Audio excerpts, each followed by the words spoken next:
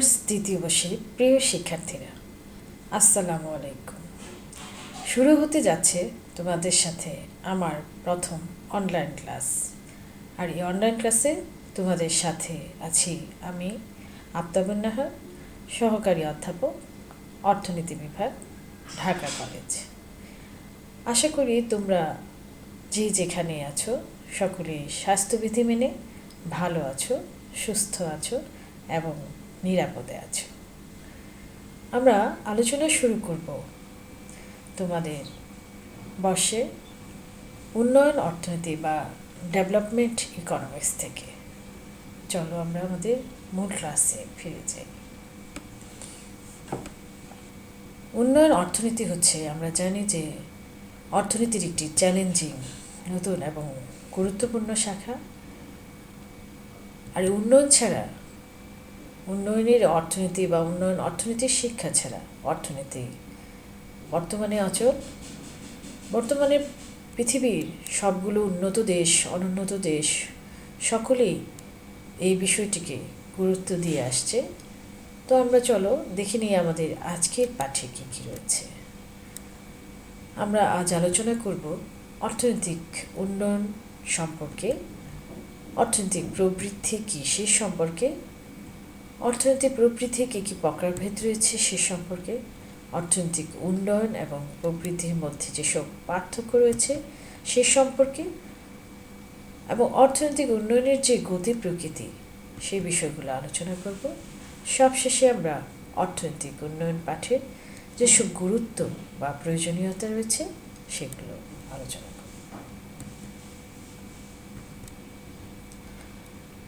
শুরুতেই আমরা জেনে নেই অর্থনৈতিক উন্নয়ন কী। অর্থনৈতিক উন্নয়ন যদি আমরা জানতে চাই তাহলে আমাদের কি বিষয়টা আমাদের জানতে হবে, যে প্রক্রিয়ায় অর্থনীতিতে দীর্ঘকাল ব্যাপী প্রকৃত জাতীয় আয়, বিনিয়োগ, কর্মসংস্থান, উৎপাদন এবং জীবনযাত্রার মান যদি বৃদ্ধি পায় তবেই আমরা বলি অর্থনৈতিক উন্নয়ন। অর্থাৎ অর্থনীতির যে ফ্যাক্টরগুলো রয়েছে, জাতীয় আয়, বিনিয়োগ, কর্মসংস্থান, উৎপাদন, জীবনযাত্রার মান সব কিছুই যদি কন্টিনিউয়াস বৃদ্ধি পেতে থাকে সেটাই হচ্ছে অর্থনৈতিক উন্নয়ন। এবং এই প্রক্রিয়াটা চলতে হবে দীর্ঘকাল ব্যাপী। বিভিন্ন অর্থনীতিবিদগণ অর্থনৈতিক উন্নয়নের ধারণা দিয়েছেন। আমরা কয়েকটা সংজ্ঞা নিব। প্রথমে দেখি অধ্যাপক লুইস কি বলেছেন। অধ্যাপক লুইস বলেছেন যে প্রতি ঘন্টায় উৎপাদনের হার বৃদ্ধি হচ্ছে অর্থনৈতিক উন্নয়ন। অর্থাৎ প্রতি ঘন্টায় যে উৎপাদন বৃদ্ধি পায় সেটাকে অর্থনৈতিক উন্নয়ন হচ্ছে। অধ্যাপক মায়ার এবং বোল্ডউইনের মতে যে প্রক্রিয়ায় দীর্ঘমেয়াদে প্রকৃত জাতীয় আয় বৃদ্ধি পায় তাকেই বলা হয় অর্থনৈতিক উন্নয়ন। অর্থাৎ প্রকৃত জাতীয় আয়, আমরা জানি জাতীয় আয় কি, সেই জাতীয় আয় যদি আমরা দীর্ঘমেয়াদে অনেক দিন ব্যাপী বাড়তে থাকে সেটাই হচ্ছে আমার অর্থনৈতিক উন্নয়ন। আবার অধ্যাপক উইলিয়াম এবং বাট্রিকের মতে যে প্রক্রিয়ায় কোনো দেশের বা অঞ্চলের জনসাধারণের প্রাপ্ত সম্পদের যথাযথ ব্যবহারের মাধ্যমে মাথাপিছু উন্নয়ন ও সেবা উৎপাদন বৃদ্ধি পায় সেটাই হচ্ছে অর্থনৈতিক উন্নয়ন। অর্থাৎ মায়ার এবং উইলিয়াম এবং বাট্রিকের মতে কোনো দেশের যে সম্পদ, জনসাধারণের সম্পদ, সেই সম্পদ ব্যবহার করে যে পরিমাণ মাথাপিছু পণ্য উৎপাদন এবং সেবা উৎপাদন বৃদ্ধি পায় এবং সেটা দীর্ঘকাল ব্যাপী বৃদ্ধি পায় সেটাই হচ্ছে অর্থনৈতিক উন্নয়ন। এই যে অর্থনৈতিক উন্নয়ন একটা ব্যাপক আলোচিত বিষয় এবং চ্যালেঞ্জিং বিষয়, বা বিশ্বের বিভিন্ন অর্থনীতিবিদগণ এবং উন্নয়ন একটা অর্থনীতির বিশাল একটা ফ্যাক্টর। এই উন্নয়ন অর্থনীতিবিদগণ এই উন্নয়নের জন্য বা উন্নয়নের 3টি উদ্দেশ্যের কথা বলেছেন। তাদের মধ্যে উন্নয়ন অর্থনীতিবিদ টোডারো এবং স্মিথের কথা আমরা বলতে পারি। তারা অর্থনৈতিক উন্নয়নের তিনটি উদ্দেশ্যের কথা বলেছেন। প্রথমত, জীবনের মৌলিক প্রয়োজনীয় দ্রব্য ও সেবার নিশ্চয়তা প্রদান এবং বন্টনের প্রসারতা আনা। আমরা জানি মৌলিক প্রয়োজনীয় দ্রব্য কি? খাদ্য, বস্ত্র, বাসস্থান, শিক্ষা সবই হচ্ছে আমার প্রয়োজনীয় দ্রব্য, এবং সেবা, চিকিৎসা, এই সবের এই মূল বিষয়গুলোর নিরাপত্তা দান এবং বন্টনের যে প্রসারতা, অর্থাৎ এই বিষয়গুলো সমাজের সবাই যেন পেতে পারে, সেই বন্টনের প্রসারতা আনয়নের জন্য মেইনলি অর্থনৈতিক উন্নয়ন করা হয়। সাংস্কৃতিক ও মানবীয় গুণাবলীর বিকাশ সাধনের জন্য সাংস্কৃতিক এবং এই যে আমরা মৌলিক প্রয়োজনীয় দ্রব্যের কথা বললাম, এর সাথে সাথে মানুষের আর কি উন্নয়ন দরকার? সাংস্কৃতিক মানবীয় গুণাবলী, যার মাধ্যমে মানুষের সুখ সমৃদ্ধি আসতে পারে এবং আত্মমানবতাবোধ জাগ্রতকরণের মাধ্যমে তাদের জীবনযাত্রা মানে বৃদ্ধি, এই উদ্দেশ্য অর্থনৈতিক উন্নয়ন করা হয়। টোডারো এবং স্মিথের মধ্যে তৃতীয় উদ্দেশ্য হচ্ছে অর্থনৈতিক এবং সামাজিক যে পছন্দ মানুষের, সেই সব পছন্দের যে আওতা তার সম্প্রসারণ করা। কাজেই অর্থনৈতিক এই যে ব্যাপক আলোচিত বিষয়, উন্নয়নের এই বিষয়গুলোর, এই উন্নয়নের কতগুলো উদ্দেশ্য আমরা দেখে নিলাম। অর্থনৈতিক প্রবৃদ্ধির সম্পর্কে যদি আমরা আলোচনা করি, প্রথমে জানব অর্থনৈতিক প্রবৃদ্ধি কি। সাধারণ অর্থে প্রবৃদ্ধি বলতে বোঝায় পরিবর্তনের হার, তবে অর্থনৈতিক প্রবৃদ্ধি বা অগ্রগতি বলতে বোঝায় জাতীয় আয় বা মাথাপিছু আয় বৃদ্ধি। একটি দেশের জাতীয় আয় বার্ষিক যে হারে বৃদ্ধি পায় তাকেই আমরা বলতে পারি অর্থনৈতিক প্রবৃদ্ধি। বা একটি দেশে একটা নির্দিষ্ট সময়, যদি আমরা বলি একটা নির্দিষ্ট সময় ধরে আমরা সাধারণত 1 বছর, এই 1 বছরে প্রচলিত উৎপাদন যে ব্যবস্থা রয়েছে তার অধীনে মোট জাতীয় আয় মাথাপিছু আয় বৃদ্ধি পাওয়াই হচ্ছে অর্থনৈতিক প্রবৃদ্ধি। অর্থনৈতিক প্রবৃদ্ধিতে আমরা বিগত বছরের তুলনায় বর্তমান বছরে জাতীয় আয় কতটুকু বাড়ে তাকে বিগত বছরের জাতীয় আয় দিয়ে ভাগ করলে আমরা অর্থনৈতিক প্রবৃদ্ধির হার পেয়ে যাই। তবে আমরা একটা সূত্রের সাহায্যে দেখে নিই অর্থনৈতিক প্রবৃদ্ধির হার কিভাবে বের করা যায়। জিআর দিয়ে আমরা এখানে বুঝাচ্ছি জিএনপি প্রবৃদ্ধির হার। ওয়াইটি হচ্ছে বর্তমান বছরের জিএনপি, y3-1 হচ্ছে বিগত বছরের জিএনপি। তাহলে সূত্রে আমরা লিখতে পারি জিআর ইকুয়াল টু বর্তমান বছরের জিএনপি মাইনাস বিগত বছরের জিএনপি ডিভাইডেড বাই বিগত বছরের জিএনপি ইন্টু 100। আবার এটাকে আমরা লিখতে পারি y3-1 বাই y3-1 ইন্টু 100। তো যেখানে আমরা দেখে নিলাম জিএনপি, জিআর অর্থ কি? জিআর হচ্ছে জিএনপি প্রবৃদ্ধির হার, ওয়াইটি হচ্ছে বর্তমান বছরের জিএনপি এবং y3- হচ্ছে বিগত বছরের জিএনপি। আমরা একটা উদাহরণের সাহায্যে দেখলে বিষয়টা আরও পরিষ্কার হয়ে যাবে। আমরা দেখি 2018 সালে ধরে নিই একটা দেশের জিএনপি যদি 40,000 কোটি টাকা হয় এবং 2019 সালে জিএনপি যদি 45,000 কোটি টাকা হয়, তবে প্রবৃদ্ধির হার যদি আমরা বের করতে চাই তাহলে আমরা সূত্রে বসিয়ে বের করতে পারি। তাহলে সূত্রে আমরা লিখতে পারি জিআর ইকুয়াল টু বর্তমান বছরের জিএনপি মাইনাস বিগত বছরের জিএনপি ডিভাইডেড বাই বিগত বছরের জিএনপি ইন্টু 100। তাহলে আমরা লিখতে পারি 45,000 মাইনাস 40,000 বাই 40,000 ইন্টু 100। তাহলে আমরা পেয়ে যাই 12.5% বা 12.5%, অর্থাৎ 2018 সালের তুলনায় 2019 সালে প্রবৃদ্ধির হার হচ্ছে 12.5%।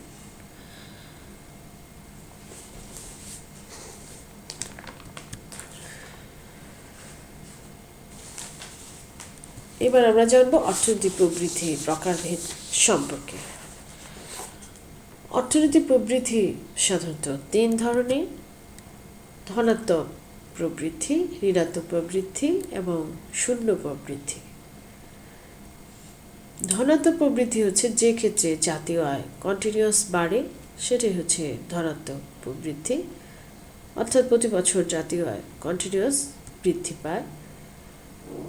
ঋণাত্মক প্রবৃদ্ধি হচ্ছে যদি সময়ের ব্যবধানে জাতীয় আয় কমে যায়, সেটা হচ্ছে ঋণাত্মক প্রবৃদ্ধি।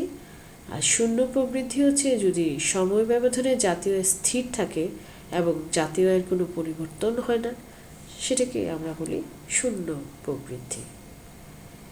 বিষয়টিকে আমরা এই তিন ধরনের প্রবৃদ্ধি একটা চিত্রের মাধ্যমে দেখতে পারি। চিত্রে আমরা যথারীতি দেখে নিয়েছি, ও এক্স অক্ষে আমরা সময় দেখিয়েছি এবং ওয়াই অক্ষে জাতীয় আয় দেখিয়েছি। ভূমি অক্ষে সময় এবং লম্ব অক্ষে জাতীয় আয়। এখন চিত্র অনুসারে যদি আমরা দেখি T1 সময় ব্যবধানে জাতীয় আয় এই অবস্থায় স্থির থাকে, এ থেকে বি পর্যন্ত জাতীয় আয় স্থির থাকে, ফলে এই স্তরে অর্থনৈতিক প্রবৃদ্ধি আমরা কি বলতে পারি? শূন্য। আবার T1 থেকে T2-তে জাতীয় আয় বৃদ্ধি পায়, তাই এই অবস্থায় অর্থনৈতিক প্রবৃদ্ধিকে আমরা বলতে পারি যে বাড়ে, বৃদ্ধি পায় বা ধনাত্মক। আবার T2 সময়ের পরে জাতীয় আয় ক্রমান্বয়ে হ্রাস পায়, তাহলে এই সি এর পরে জাতীয় আয় কন্টিনিউয়াস হ্রাস পায়, তাই এটাকে আমরা বলতে পারি ঋণাত্মক প্রবৃদ্ধি বা অর্থনৈতিক প্রবৃদ্ধি ঋণাত্মক।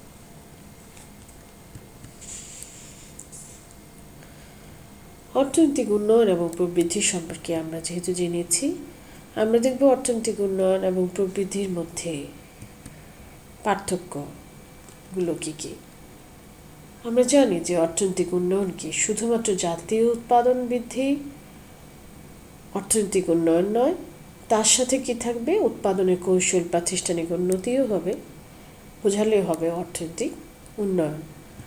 অন্যদিকে প্রবৃদ্ধি কী হবে? অর্থনৈতিক প্রবৃদ্ধি হচ্ছে কোনো দেশের মোট জাতীয় উৎপাদন মাথাপিছু প্রকৃত জাতীয় আয়ের বৃদ্ধি।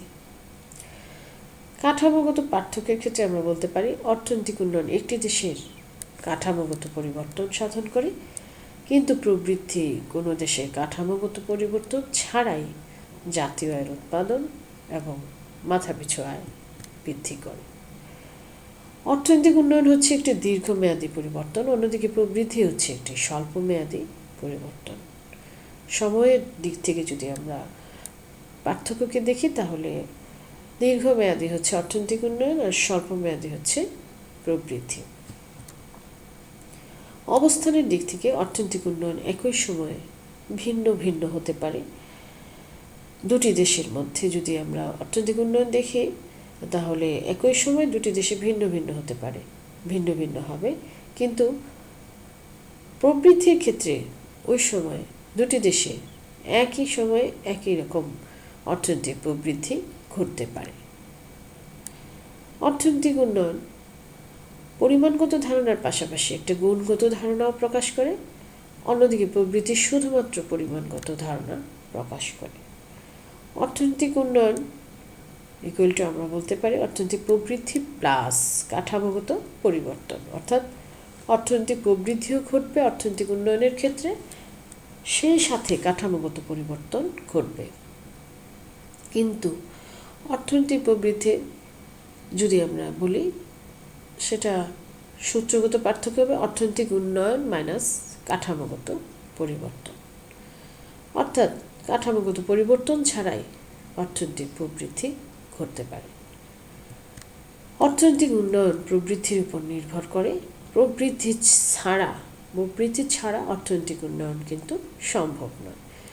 আর প্রবৃদ্ধি হলো স্বাধীন, অর্থাৎ অর্থনৈতিক উন্নয়ন ছাড়াও প্রবৃদ্ধি ঘটতে পারে।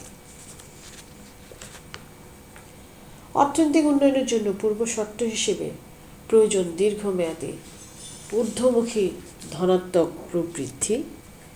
অন্যদিকে অর্থনৈতিক প্রবৃদ্ধির জন্য যেটা দরকার, অর্থনৈতিক প্রবৃদ্ধির জন্য পূর্ব শর্ত হচ্ছে যে প্রয়োজনে উৎপাদনের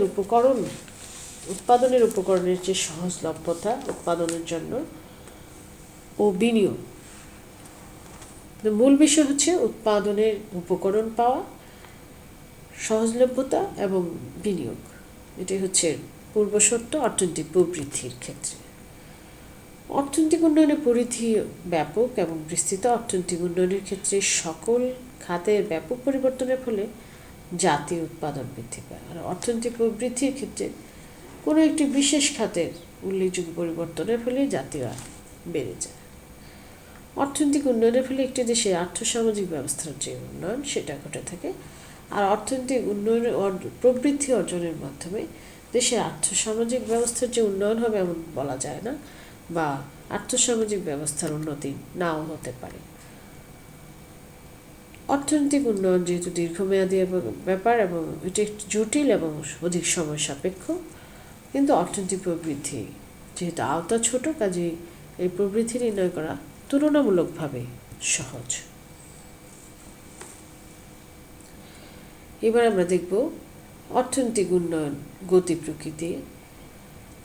অর্থনৈতিক উন্নয়ন সম্পর্কে বিভিন্ন অর্থনীতিবিদগণ বিভিন্নভাবে সংজ্ঞায়িত করেছেন। এখন এই সংজ্ঞায়িত করার পাশাপাশি আমরা এর গতি প্রকৃতিকে আমরা বিভিন্নভাবে দেখতে পারি। নিচে আমরা দেখি অর্থনৈতিক উন্নয়নের গতি প্রকৃতিকে মূলত 3 ভাগে ভাগ করা যায়। একটা হচ্ছে প্রাথমিক উন্নয়ন, অর্থাৎ প্রাথমিক উন্নয়ন বা প্রথম দিকে যে উন্নয়ন অর্থনীতিতে, উন্নয়নের এই স্তরে শ্রমের ব্যবহার অনেক তীব্র হয় এবং শ্রমনিবিড় উৎপাদন কৌশলের ক্ষেত্রে ব্যবহৃত হয়।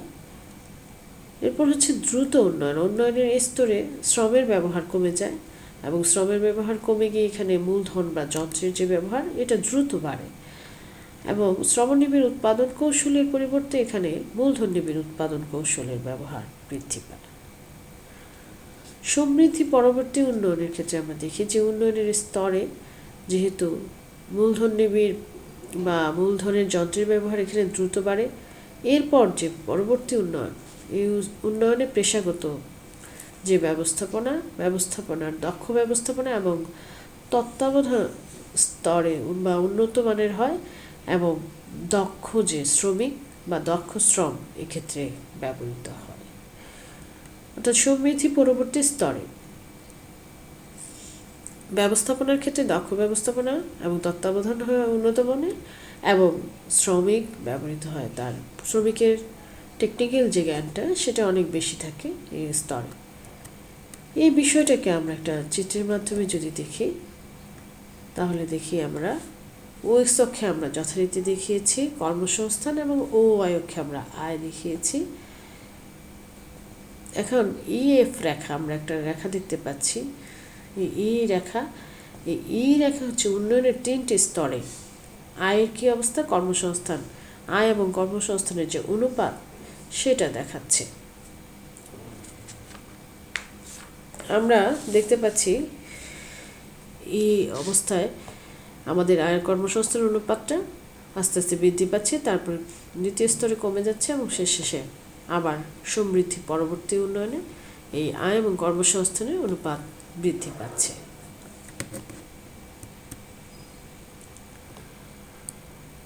সবশেষে আমরা দেখব অর্থনৈতিক উন্নয়ন পাঠের যে গুরুত্ব বা প্রয়োজনীয়তা রয়েছে সেগুলো।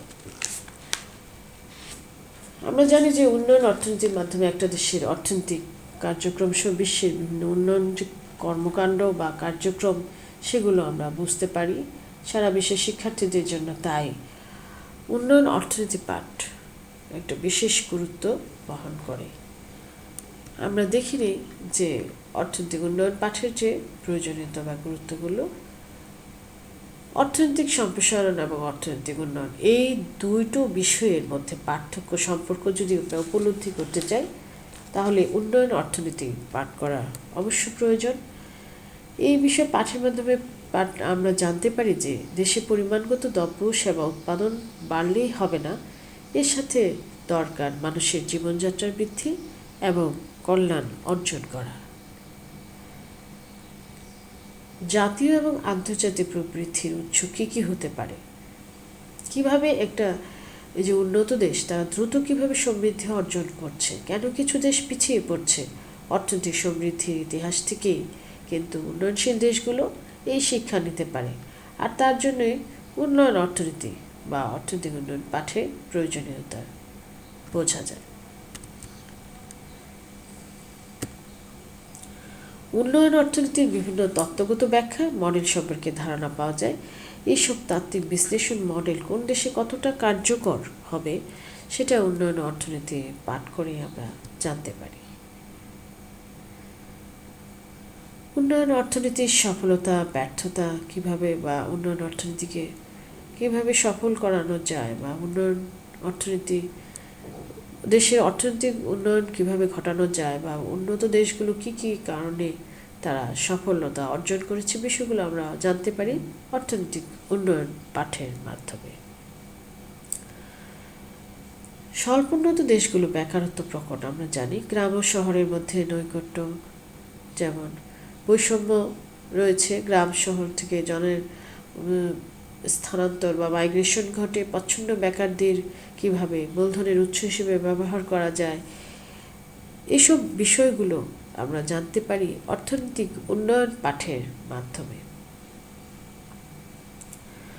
বদ্ধ অর্থনীতি এবং উন্নত অর্থনীতি উন্নয়ন অর্থনীতি আমরা উন্মুক্ত অর্থনীতি সম্পর্কে জানতে পারি, অর্থাৎ উন্মুক্ত অর্থনীতি কিভাবে একটা দেশের অর্থনীতিকে এগিয়ে নিয়ে যায়, সাহায্যের পরিবর্তে বাণিজ্য কেন ভালো, শর্তযুক্ত ঋণের চেয়ে শর্তহীন ঋণ কেন ভালো, এই বিষয়গুলো আমরা জানতে পারি উন্নয়ন অর্থনীতি পাঠের মাধ্যমে। বিশ্বায়ন কোন অবস্থায় উন্নয়নের সহায়ক, কোন অবস্থায় স্বল্পোন্নত দেশের জন্য ক্ষতিকর, উন্নয়ন অর্থনীতি পাঠের মাধ্যমেই আমরা এই বিষয়গুলো জানতে পারি। অর্থনীতিতে স্বাধিকার সক্ষমতা প্রসঙ্গে বিভিন্ন অর্থনীতিবিদগণ বিভিন্ন সংজ্ঞা দিয়েছেন।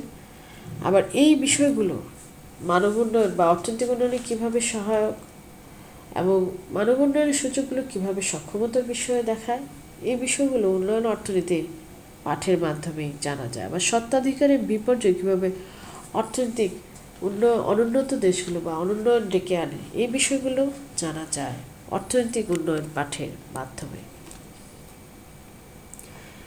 প্রবৃদ্ধি অর্জনের পথে কিছু বাধা রয়েছে, যে সব বাধাগুলো কিভাবে দূরীভূত করা যায় এই বিষয়গুলো আমরা জানতে পারি অর্থনৈতিক উন্নয়ন পাঠের মাধ্যমে। উন্নয়ন প্রক্রিয়ায় নারীর ভূমিকা একটা বিশেষ গুরুত্ব বহন করে, অর্থাৎ আমাদের দেশে বা উন্নয়নশীল দেশগুলোর অধিকাংশ জনসংখ্যার অধিকাংশই হচ্ছে নারী। এই নারী শিক্ষার প্রসার, নারীর সামাজিক মর্যাদা বৃদ্ধির দ্বারা উন্নয়ন কীভাবে করা যায় বা অর্থনৈতিক উন্নয়ন কীভাবে সফল হয় সেই বিষয়গুলো আমরা জানতে পারি অর্থনৈতিক উন্নয়ন পাঠের মাধ্যমে। দারিদ্র্য অর্থনৈতিক উন্নয়ন বিষয়ের সাথে গুরুত্বপূর্ণভাবে জড়িত। অধিক জনসংখ্যার দেশে কিভাবে দারিদ্রতা বৃদ্ধি পায় এবং তাদেরকে জনসম্পদে রূপান্তরিত করে কিভাবে অর্থনৈতিক উন্নয়ন করা যায় সেটাও আমরা জানতে পারি অর্থনৈতিক উন্নয়ন পাঠের মাধ্যমে। পরিবেশগত টেকসই উন্নয়ন, যেটা আমরা অর্থনৈতিক উন্নয়ন পাঠের মাধ্যমে জানতে পারি কিভাবে উন্নয়নটাকে আমরা টেকসই করতে পারি দীর্ঘমেয়াদে, সেই বিষয়গুলো আমরা জানতে পারি। আবার যেসব উন্নয়নের কারণে যেসব পরিবেশ দূষণের জন্য দায়ী, এর কারণে দরিদ্র দেশগুলো ধনী দেশগুলোর কারণে দরিদ্র দেশগুলো কিভাবে এফেক্টেড হচ্ছে এই বিষয়গুলো আমরা জানতে পারি অর্থনৈতিক উন্নয়ন পাঠের মাধ্যমে। সুপ্রিয় শিক্ষার্থীরা, আমরা জেনে নিলাম অর্থনৈতিক উন্নয়ন কি, আমরা আলোচনা করেছি অর্থনৈতিক প্রবৃদ্ধি সম্পর্কে, অর্থনৈতিক প্রবৃদ্ধি যেসব প্রকারভেদ রয়েছে সে সম্পর্কে, অর্থনৈতিক উন্নয়নের গতি প্রকৃতি কীরকম হতে পারে সে সম্পর্কে, অর্থনৈতিক উন্নয়ন এবং প্রবৃদ্ধির মধ্যে যেসব পার্থক্য রয়েছে সে সম্পর্কে, এবং সবশেষে অর্থনৈতিক উন্নয়ন পাঠের যেসব গুরুত্ব বা প্রয়োজনীয়তা রয়েছে সেসব। আশা করি তোমরা সকলে এই বিষয়গুলো বুঝতে পেরেছ। আমরা পরবর্তী ক্লাসে অর্থনৈতিক উন্নয়নের আরও বিভিন্ন বিষয় নিয়ে ফিরে আসব। সকলকে পরবর্তী ক্লাসে থাকার আমন্ত্রণ জানিয়ে আজকের মতো এখানেই বিদায় চাইছি। আল্লাহ হাফেজ।